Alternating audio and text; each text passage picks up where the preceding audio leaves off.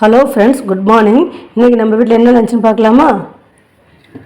நம்ம வீட்டில் இன்றைக்கி சாதம் எலக்ட்ரிக் ரைஸ் குக்கரில் தான் வச்சேன். நம்ம வீட்டில் சிலிண்டர் புக் பண்ணி 5 நாள் ஆகுது, இன்னும் வரல. பாண்டிச்சேரியும் டிமாண்டாக தான் இருக்குது போல இருக்குது. அதனால் எலக்ட்ரிக் ரைஸ் குக்கரில் தான் ரைஸ் வச்சேன்.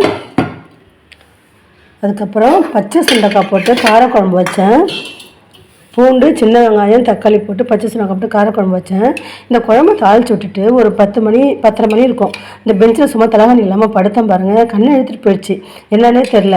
அப்புறம் 11 மணிக்கு இதுக்குன்னு ஏஞ்சி பார்த்தா குழம்பு சுண்டிடுச்சு. இது சாம்பாராக இருந்தால் அடிப்பிடிச்சி வீணாக போயிருக்கும், காரக்குழம்பாக தப்பிச்சிருச்சு. ஆனால் ஹஸ்பண்ட் இங்கே தான் இருக்காங்க. இந்த குழம்பு வாசனை வர்றது கூட பார்க்கல. படுத்துருக்கிறாளே என்ன ஆச்சுன்னு கேட்க மாட்டாங்க. அடுப்பில் ஏதாவது வச்சுருக்காங்கன்னு பார்க்க மாட்டாங்க. ஆண்கள்லாம் அப்படிலாம் இருக்காதீங்க, என்ன ஏதுன்னு கொஞ்சம் பாருங்கள். இது கொஞ்சம் வருத்தமாகவே இருக்குது. அதுக்கப்புறம் வாழைத்தண்டு பொரியல், பாசிப்பருப்பு ஊற வச்சு போட்டு பொரியல் பண்ணேன். பாசிப்பருப்புலாம் நல்லா வெந்து அடையாளமே தெரியாமல் போயிடுச்சு. அப்புறம் தேங்காய் துருவல் போட்டிருக்கேன். வாழைத்தண்டு பொரியல், அப்புறம் அப்பளம் வறுத்துருக்கேன். தம்பிக்கு அப்பளம்னா ரொம்ப பிடிக்கும். காரக்குழம்புக்கு அப்பளம் நல்லாயிருக்கும்ல, நல்லா அப்பளம் வறுத்துருக்கேன்.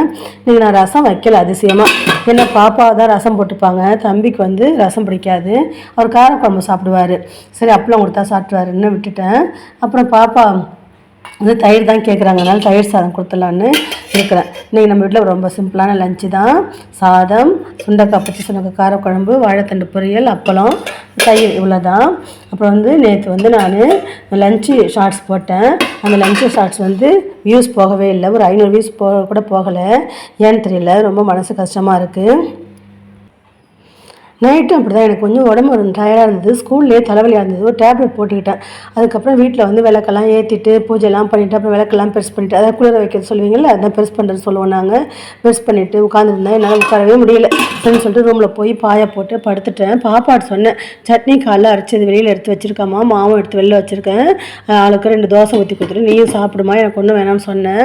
ஆனால் 10 மணிக்கு ஒரு குரல் கேட்குது எனக்கு. ஹஸ்பண்ட் வாங்கம்மா வாம்மா படுத்துக்கலாம், நம்மலாம் யாரும் சாப்பிட வேணாம் அப்படின்னு சொல்கிறாங்க. அது கேட்டு தான் நான் ஏந்திரிச்சேன். ஏன் இப்படி சரிங்கன்னு கால் உடஞ்சிருந்தப்ப நீங்கள் எல்லாமே செஞ்சீங்க தானே, ஆளுக்கு ஒரு தோசை ஊற்றி கொடுத்துட்டு சாப்பிட்டுட்டு படுத்துக்கூடாதா? பாப்பாவையும் கேட்டேன், நீயாவது ஊற்றிக்கூடாது, இந்த மாதிரி சொல்கிறீங்களே, சாப்பிடாம படுத்துக்கிறேன்னு சொல்கிறீங்கன்னு சொல்லிட்டு அப்புறம் ஏஞ்சி தம்பிக்கு 2 தோசை, ஹஸ்பண்ட் 2 தோசை, பாப்பாவுக்கு ஒரு தோசை, எனக்கு ஒரு தோசை ஊற்றி கொடுத்துட்டு சாப்பிட்டுட்டு அதுக்கப்புறம் தான் படுத்தேன். பெண்களுக்கு உன்னுடைய மனநிலையும் உடல்நிலையும் புரிஞ்சு நடந்துக்குவாங்க. அவங்களுக்கு கொஞ்சம் ஹெல்ப்ஃபுல்லாக இருங்க. நீங்கள் ஃப்ரெண்ட்ஸ் இந்த வீடியோ உங்களுக்கு பிடிச்சிருந்தா லைக் பண்ணுங்கள், ஷேர் பண்ணுங்கள், கமெண்ட்ஸ் பண்ணுங்கள். ப்ளீஸ் என் சேனலை சப்ஸ்கிரைப் பண்ணுங்கள், பெல் பண்ணி ப்ரெஸ் பண்ணுங்கள். அப்போ தான் நான் போடுற வீடியோ நோட்டிஃபிகேஷன் ஆகும். எனக்கு சப்போர்ட் பண்ணுங்கள் ஃப்ரெண்ட்ஸ். Thank you friends, by.